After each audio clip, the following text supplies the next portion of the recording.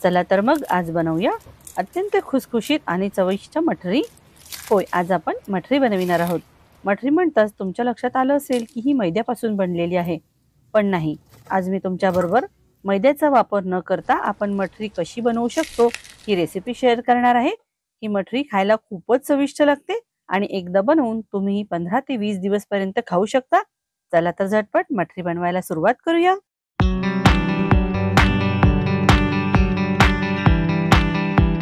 मठरी बनविण्याकरिता मी इथे 2 कप गव्हाचं पीठ घेतलेलं आहे आणि अर्धा कप जाड रवा घेतलेला आहे, ज्याला सुजी पण म्हणतात. तुमच्याकडे जर बारीक रवा असेल तर तुम्ही बारीक रव्याचा उपयोग सुद्धा करू शकता. चला आता वळूया पुढील कृतीकडे. एका मिक्सरच्या जारमध्ये आपल्याला रवा घालायचा आहे. जाड रवा असेल तरीही आणि बारीक रवा असेल तरी सुद्धा आपल्याला मिक्सरच्या जारमध्ये घालून त्याला छान पावडर करून घ्यायचं आहे. बघा, रवा छान वाटल्या गेलेला आहे. आता याला बाजूला ठेवू व काही भाज्या आपल्याला छान चॉप करून घ्यायच्या आहेत. मी इथे चॉपर घेतलेला आहे. चॉपरमध्ये मूठभर सांबार घेतलेला आहे. सांबार किंवा कोथिंबीर तुमच्याकडे जे म्हणत असेल. माझ्याकडे याला सांबार म्हणतात. सांबार स्वच्छ धुवून घेतलेला आहे व याचे जाड देठ मी काढून घेतलेले आहेत. याचबरोबर थोडीशी कढीपत्त्याची पाने सुद्धा मी धुवून घेतलेली आहेत व 2 हिरव्या मिरच्या घेतलेल्या आहेत. हिरव्या मिरच्या सुद्धा स्वच्छ धुवून त्याची देठ काढून याप्रमाणे तोडून आपल्याला या चॉपरमध्ये घालायचे आहेत. तुमच्याकडे पुदिन्याची पाने असतील तर तुम्ही यामध्ये पुदिन्याची पाने सुद्धा घालू शकता. आता आपल्याला हे सर्व जिन्नस छान जाडसर चॉप करून घ्यायचे आहेत. बघा, हे छान चॉप झालेले आहेत. असेच आपल्याला जाडसर हवे आहेत. आता याला बाजूला ठेवूया व वळूया पुढील कृतीकडे. एका मोठ्या बाउलमध्ये आपल्याला गव्हाचं पीठ घालायचं आहे व आपण वाटून ठेवलेला जो रवा आहे तो रवा सुद्धा घालायचा आहे. आता यामध्ये 1 लहान चमचा कलौंजी घालायची आहे. 1 लहान चमचा बडीशेप घालायची आहे. तुम्ही बडीशेपचं पावडर सुद्धा इथे वापरू शकता. 1 लहान चमचा ओवा घालायचा आहे. 1 चमचा तीळ घालायचे आहे. 1 मोठा चमचा मीठ घालायचं आहे. मीठ आपल्या चवीप्रमाणे कमी किंवा जास्त तुम्ही घालू शकता. आता यामध्ये अर्धा चमचा हळद घालायची आहे. 1 लहान चमचा तिखट घालायचं आहे. तिखट सुद्धा आपल्या चवीप्रमाणे तुम्ही कमी किंवा जास्त घेऊ शकता. 1 लहान चमचा जिरेपूड घालायची आहे. जिऱ्यापूडऐवजी तुम्ही अख्खं जिरं सुद्धा यामध्ये घालू शकता. यामध्ये अर्धा लहान चमचा पुदिन्याच्या पानाची पावडर माझ्याकडे आहे. ती पावडर मी इथे घालते आहे. पुदिना ऑप्शनल आहे. तुम्हाला आवडत असेल तर घाला किंवा स्किप सुद्धा करू शकता. सर्व जिन्नस व्यवस्थित आपल्याला मिसळून घ्यायचे आहेत. बघा, आता मी सर्व जिन्नस छान मिसळून घेतलेले आहेत.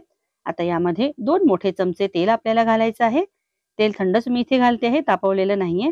तेलाऐवजी तुम्ही तुपाचा वापर सुद्धा करू शकता किंवा बटर सुद्धा घालू शकता. त्याने सुद्धा हा नाश्ता खूप छान बनतो. आता आपल्याला हे तेल सर्व पिठामध्ये व्यवस्थित चोळून घ्यायचं आहे. हाताने छान असं मिक्स करायचं आहे. बघा, सर्व तेल पिठामध्ये छान मिक्स झालेलं आहे. जेव्हा मी याची अशी मूठ बांधते आहे तो मूठ छान बांधल्या जात आहे. याचाच अर्थ आहे की यामध्ये जे मोयन आपण घातलेलं आहे ते अगदी व्यवस्थित झालेलं आहे.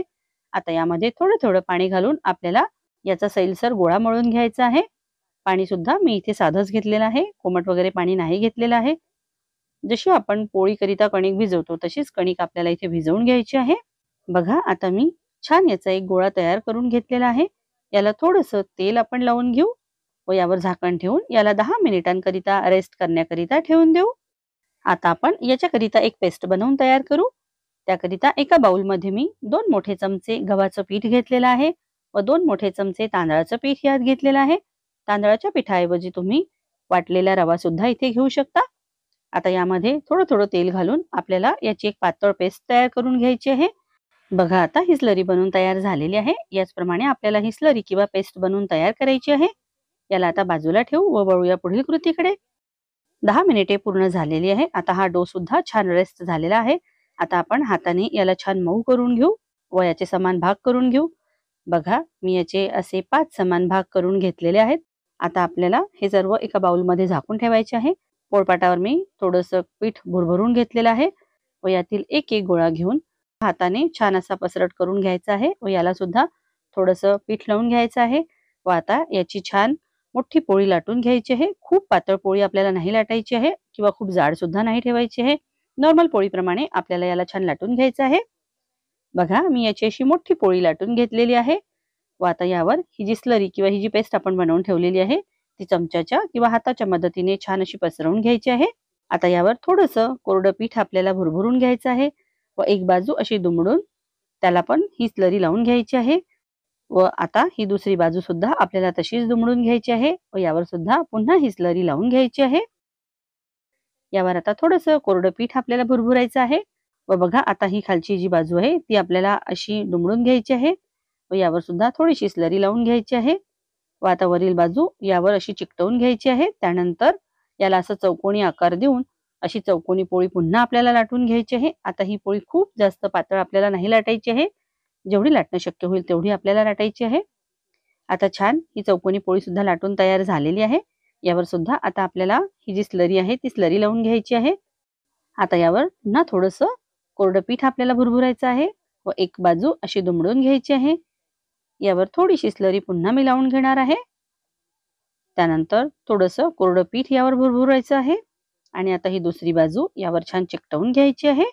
बघा आता याला मी नीट छान असं चिकटवून घेतलेलं आहे। यावर आता थोडंसं कोरडं पीठ भुरभुरायचं आहे, याला छान लाटून घ्यायचं आहे। शक्य असेल तर तुम्ही गॅसच्या फ्लोअरवरच याला लाटून घ्या, कारण याला थोडं लांब लाटणं सुद्धा शक्य होतं। मला याला असं सरकवून सरकवून लाटावं लागत आहे, कारण पोळपाटावर एवढी जागा नाहीये। आता मी याला छान लाटून घेतलेलं आहे। आता सुरीच्या मदतीने याचे काप आपल्याला करून घ्यायचे आहेत। तुम्ही बघू शकता मी अगदी 1 ते पाऊण इंचीचे काप याचे करून घेतलेले आहेत। मठरी हा उत्तर भारतीय पदार्थ आहे, परंतु याच्या चवीमुळे हा संपूर्ण भारतातच पसंत केला जातो व सर्वांच्या घरी ही मठरी नक्की बनविली जाते। बघा मी याप्रमाणे याचे काप करून घेतलेले आहेत। आता याला एका प्लेटमध्ये काढून घेऊ व याच पद्धतीने सर्व मठरी मी छान लाटून घेते व त्याचे काप तयार करून घेते। बघा सर्व मठरी अगदी झटपट मी लाटून व छान कापून तयार करून घेतलेल्या आहेत। आता आपण याला तळायची तयारी करूया। मठरी तळण्याकरिता मी तेल छान तापायला ठेवलेलं होतं। तेल अगदी छान तापलेलं आहे। आता आपल्याला गॅसची फ्लेम मीडियम करायची आहे व एका बॅचमध्ये जेवढ्या मठरी येतील तेवढ्या तेलात सोडायच्या आहेत। सुरुवातीला 1 मिनिट आपल्याला याला अजिबात पलटायचं नाहीये। 1 मिनिट पूर्ण झाल्यानंतर याला आपण पलटून घेऊ व याच पद्धतीने आलटून पालटून छान सोनेरी रंग येईपर्यंत आपल्याला तळून घ्यायचं आहे। एक बॅचची मठरी तळायला आपल्याला 3 ते 4 मिनिटे लागतात। 3 ते 4 मिनिटे पूर्ण झालेली आहेत। तुम्ही बघू शकता मठरी किती छान तळल्या गेलेली आहेत। अगदी खारीप्रमाणे याच्या छान अशा लेयर्स सुद्धा दिसत आहेत आणि खायला सुद्धा ही मठरी खूपच चविष्ट लागते। अतिशय खुसखुशीत चविष्ट मठरी आपण घरीच बनवून तयार करू शकतो आणि याची विशेषता अशी आहे की ही मठरी तुम्ही एकदा बनविल्यानंतर 15 ते 20 दिवस छान एअरटाईट कंटेनरमध्ये स्टोअर करून ठेवू शकता व हवं तेव्हा खाऊ शकता। तुम्ही खुसखुशीत व चविष्ट मठरी नक्की करून बघा व तुम्हाला ही रेसिपी कशी वाटली मला कमेंट्सद्वारे कळवायला अजिबात विसरू नका। तुम्हाला जर आजची ही रेसिपी आवडली असेल तर व्हिडिओला लाईक करा, चॅनलला सबस्क्राईब करा व आपल्या मित्रमंडळींबरोबर या चविष्ट रेसिपीला नक्की शेअर करा। व्हिडिओ पूर्ण बघण्याकरिता आपल्या सर्वांचे धन्यवाद। पुन्हा भेटूया एका नवीन व्हिडिओमध्ये एका नवीन रेसिपीसह। तोपर्यंत स्वस्थ रहा, मस्त रहा आणि आपली काळजी घ्या।